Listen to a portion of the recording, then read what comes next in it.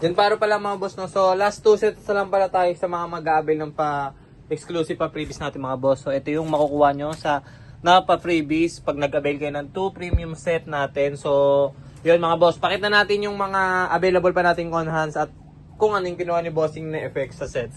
So, ito kay Bossing, kinuha niya yung dalawang sets. Yung napili niyang effects is Silver Wave, Blue Peony, Red Peony, tapos sa kabilang set naman, Yellow Peony, Glitters to Golden Glitters wala, sorry, tapos Blue to White.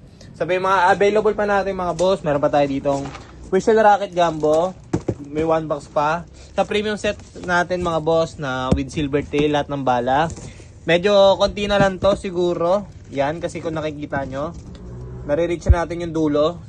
Tapos plus 1 free tube na rin pala yan. So ayan na lang ang mga available. Sabay, meron pa pala tayong double whistle higa titanium. Ayun yung nasa exclusive pa previous natin. May available pa tayong Wheaties Crackling, Whistle Rocket, SKH Small, SKH Big mga boss. So sa baba may mga triangle tayo, pakita na rin natin.